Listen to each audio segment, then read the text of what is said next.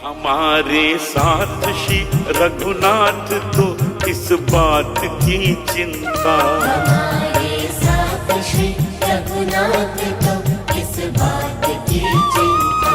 शरण में रख दिया जब माथ तो किस बात की चिंता। हरे कृष्णा सभी को सादर प्रणाम। ओम अज्ञानातिमृन्दस्य ज्ञानाञ्जनशलाकया चक्षुरुन्मीलितं येन तस्मै श्रीगुरवे नमः।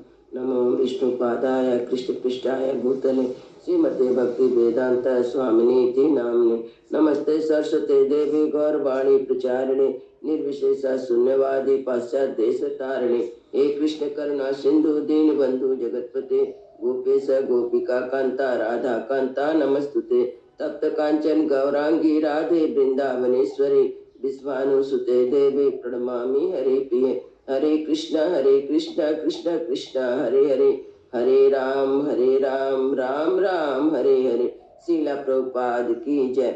रामं लक्ष्मण पूर्वजं रघुवरं सीतापति सुंदरम काकुत्स्थं करुणामयं गुणनिधि विप्रप्रियं धार्मिकं राजेन्द्रं सत्यसंधं दशरथतनयं श्यामलं शान्तमूर्ति वन्दे लोकाभिरामं रघुकुलतिलकं राघवं रावणारि। दक्षिणे लक्ष्मणो धन्वी वामतो जानकी सुभा पुरतो मारुति यस्य तं नमामि रघुत्तमं। रामाय रामचंद्राय रामभद्राय वेदसे रघुनाथाय नाथाय सीताय पतये नमः। सियावर रामचंद्र की जय, पवन सुत हनुमान की जय, वाल्मीकि रामायण की जय, वाल्मीकि मुनि की जय। आज 108 सर्ग का पाठ है। इसमें माता सीता और मुनि पत्नी माता अनसुईया के साथ बातचीत है। यहाँ माता अनसुईया सीता जी से उनके विवाह के बारे में, विवाह के वृत्तांत के बारे में विस्तार से सुनना चाहती है। तब माता सीता उनसे बताती है। ताम कथा श्रोतुम इच्छामि विस्तरणे च मैथिली यथा भूतं च कस्येन तन्मे त्वं कर्तुमर्हसि। मिथिलेश नंदनी, मैं उस वृत्तांत को विस्तार के साथ सुनना चाहती हूँ, अतः जो कुछ जिस प्रकार हुआ वह सब पूर्ण रूप से मुझे बताओ। एवं मुक्ता सतु सा सीता तापसी धर्मचारिणीं शुश्रूयतामिति चोचा उक्ता वे कथयामास्तां कथम। उनके इस प्रकार आज्ञा देने पर सीता ने उस धर्मचारिणी तापसी अनसुईया से कहा, माता जी सुनिए। ऐसा कहकर उन्होंने इस कथा को इस प्रकार कहना आरंभ किया। मिथिलाधिपति वीरो जन को नाम धर्मविद क्षत्र कर्मण्याभिरतो न्यायता शांति मेदिनी। मिथिला जनपद के वीर राजा जनक नाम से प्रसिद्ध हैं। वे धर्म के ज्ञाता अतः क्षत्रियोचित कर्म में तत्पर रहकर न्यायपूर्वक पृथ्वी का पालन करते हैं। तस्य लांगस्य हस्तस्य क्रीसस्य क्षेत्र मंडलम अहम किलोथिता भित्वा जगति निपते सुता। एक समय की बात है, यज्ञ के योग क्षेत्र में हाथ से हल लेकर जोत रहे थे। उसी समय मैं पृथ्वी को फाड़कर पकड़ हुई। इतने मात्र से मैं राजा जनक की पुत्री हुई। सामा दृष्ट्वा नरपतिम उष्ट विक्षेप तत्परा पासं गुट्टे सर्वांगी विस्मितो जनको अभवत्। वे राजा उस क्षेत्र में औषधि को मुट्ठी में लेकर बो रहे थे। इतने में उनकी दृष्टि मेरे ऊपर पड़ी और मेरे सारे अंगों में धूल लिपटी हुई थी। उस अवस्था में मुझे देख कर राजा जनक को बड़ा विस्मय हुआ। अनपत्यं च स्नेहांत अंगमारूप्य च स्वयं ममेवं तनये युक्त्वा स्नेहो मयि निपातिता।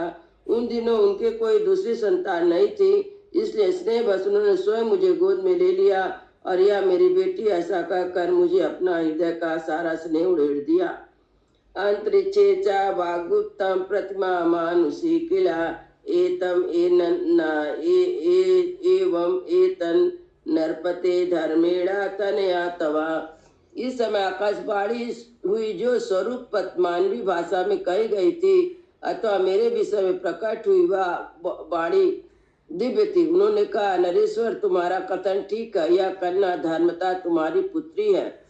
तथा परहिष्टो धर्मात्मा पिता में मिथिलाधिपा अवाप्तो विपुलामृद्धि मावाप्य नराधिपा। यह आकाशवाणी सुनकर मेरे धर्मात्मा पिता मिथिला नरेश बड़े प्रसन्न हुए मुझे पाकर उन नरेश ने मानो कोई बड़ी समृद्धि पा ली थी। दत्ता चास्मि विष्णु दिव्यो ज्येष्ठाये पुण्य कर्मणि तया संविता चास्मि स्निग्धया मातृ सौहृदात्। उन्हें पूर्ण कर्म प्राण अपनी बढ़ानी को जो उन्हें अधिक प्रिय थी मुझे दे दिया।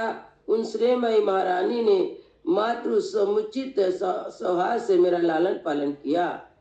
पति संयोग सुलभम व्यो दृष्ट्वा तु मे पिता चिंतम अव्यगतम दीनम वित्तनाशादिवादनम। जब पिताजी ने देखा कि मेरी अवस्था विवाह के योग हो गई तब उसके लिए बड़ी चिंता में पड़े।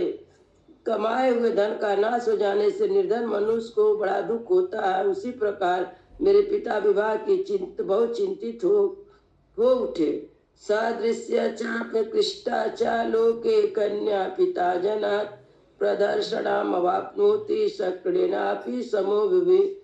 संसार में ज्ञान कन्या के पिता को भूतल पर इंद्र के ही तुल क्यों न हो, बरपक्ष के लोगों में वे अपने समान या अपनी बेटी हैसियत ही क्यों न हो, प्राय अपमान उठाना पड़ता है। ताम धर्मणाम दूरस्था संदृश्यात्मनि पार्थिवा चिंतया वर्णगता पारम नासादालप्लवीयता। वह अपमान सहन करने की घड़ी अपने लिए बहुत समीप आ गई। यह देखकर राजा चिंता के समुद्र में डूब गए। जैसे नौका रहित मनुष्य पार नहीं पहुंच पाता, उसी समय मेरे पिता भी चिंता का पार नहीं पा रहे थे। अयो निजाहि मागत्वा नाध्यागच्छ सचिंतयन् सदृशं चाभिरूपं च महिपालम पतिम। मुझे अयोनिजा कन्या समझकर वे भूपाल मेरे लिए योग और सुंदर पति का विचार करने लगे, किंतु किसी निश्चय पर नहीं पहुंच सके। तस् बुद्धिरियं जाता चिंतायानस्य संतता स्वयंवर तनुजायां करिष्मीति धर्मता। सदा मेरे विवाह की चिंता में पड़े रहने वाले उन महाराज के मन में एक दिन विचार उत्पन्न हुआ कि मैं धर्मता अपनी पुत्री का स्वयंवर करूंगा। महायज्ञे तथा तस्यं वारणेन महात्मना दत्तम धनुधरम प्रीत्वा तूड़ी चाचम सायकु। उन्हीं दिनों उनके एक महान यज्ञ में प्रसन्न होकर महात्मा वरुण ने उन्हें ऐसा श्रेष्ठ धनुष तथा अक्षय बाणों से भरे 2 तरकस दिए थे। संचराया मनुष्य वा यत्नापि च गौरवात् तन्नासक्ता नमयुतु स्वप्ने वापि नराधिपा। वह धनुष इतना भारी था कि मनुष्य पूरा यत्न करने पर उसे हिला नहीं पाते। भूमंडल के नरेश स्वप्न में उस धनुष को झुकाने में असमर्थ थे। ता धनुष प्राप में पिता व्याहृतम सत्यवादिना साभयो नरेंद्राणाम पूर्व मंत्र पार्थिवन। उस धनुष को पाकर मेरे सत्यवादी पिता ने पहले भूमंडल के राजाओं को आमंत्रित करके उसे नरेशों के समूह में यह बात कही। इदं च धनुर्दम्य सज्ज च कुरुते नरा तस्मे दुहिता भार्या भविष्यति न संशयम। जो मनुष्य धनुष को उठाकर इस पर प्रतिज्ञा चढ़ा देगा, मेरी पुत्री सीता उसी को पत्नी होगी, इसमें संशय नहीं है। तच्च दृष्ट्वा धनुश्रेष्ठम गौरवाद गिरिसन्निभम अविद्या निपा आजमुरासक्तस्तस्य तोलते। अपने भारीपन के कारण पहाड़ जैसा प्रतीत होने वाले श्रेष्ठ धनुष को देख कर वहाँ राजा सब उसे उठाने में असमर्थ रहे। तब उसके सब प्रणाम करके चले गए।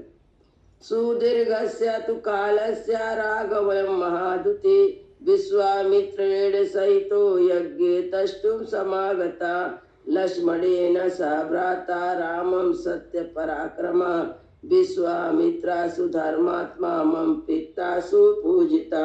तदंतर दीर्घकाल के पश्चात महातेजस्वी रघुकुल नंदन सत्पराक्रमी श्री राम अपने भाई लक्ष्मण के साथ विश्वामित्र के साथ मेरे पिताजी का यज्ञ देखने के लिए आए। उस समय मेरे पिता ने धर्मात्मा विश्वामित्र मुनि का बड़ा आदर सत्कार किया। प्रोवाचा पितरम तब राघवो राम लक्ष्मण सुतो दशरथो एव धनुर्दर्शन कांक्षणे धनुर्दर्शया रामा राजपुत्रा दैविकम।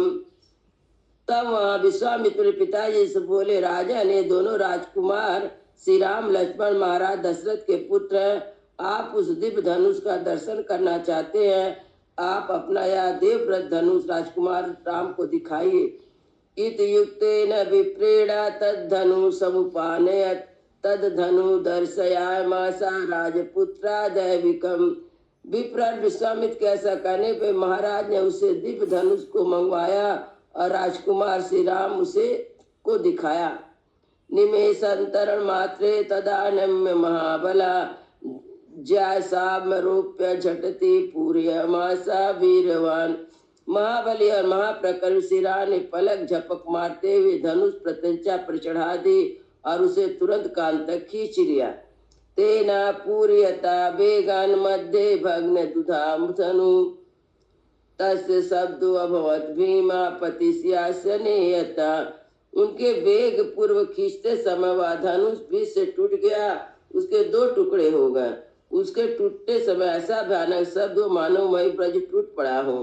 तो हम तत् रामाया पिता सत्यवी संधिना उद्यत्या दातुम उद्यम्य जल भाजनम उत्तमम। मेरे सत प्रतिज्ञ पिता ने जल का उत्तम पात्र लेकर श्री राम के हाथ में मुझे देकर उद्योग किया। दीयमानम न तु तदा प्रतिग्रहाज राघवा अभिज्ञाया पितुश्चा छंदमय अयोध्यापते। उस समय अपने पिता अयोध्या नरेश महाराज दशरथ ने अभिप्राय जाने बिना श्री राम ने राजा जनक के देने पर मुझे नहीं ग्रहण किया। तथा ससुर मात्रेणा वृद्धा दशरथा निपा मम पित्राम तम दत्ताम रामाया विदितात्मा। तदंत मेरे बूढ़े ससुर दशरथ की अनुमति लेकर पिताजी ने आत्मज्ञानी श्री राम को मेरा दान कर दिया। ममा चैव अनुजा साध्वी उर्मिला शुभ दर्शना भार्यात लक्ष्मण सापी दत्ता पितृमम स्वयं। तत्पश्चात पिताजी ने स्वयं मेरी छोटी बहन साध्वी परम सुंदर उर्मिला का लक्ष्मण जी की पत्नी के रूप में उनके हाथ में दे दिया। एवं दत्तमस्मि रामाय तथा तस्मिन् स्वयंवरे अनुरक्तास्मि धर्मेणा पति वीरवता वरम। इस प्रकार स्वयंवर पिताजी ने श्री राम जी के हाथ में मुझे सौंप दिया। मैं धर्म के अनुसार अपने पति बलवानों में श्री राम से सदा अनुरक्त रहती हूँ। इत्यर्थे श्रीमद् रामायणे वाल्मीकि आदि का अयोध्या कांडे अष्टदशाधिक शततमा सर्गा। इस प्रकार से वाल्मीकि आर्ष रामायण आदि काव्य के अयोध्या कांड में 118वां सर्ग पूरा हुआ। मंगल भवन मंगल हारी द्रवहुसो दशरथ अजिर बिहारी। राम सिया राम जय जय राम। राम सिया राम जय जय राम। सियावर रामचंद्र की जय। पवन सुत हनुमान की जय। वाल्मीकि रामायण की जय। वाल्मीकि मुनि की जय। सब संतन की जय। सब भक्तन की जय। जय जय सीताराम।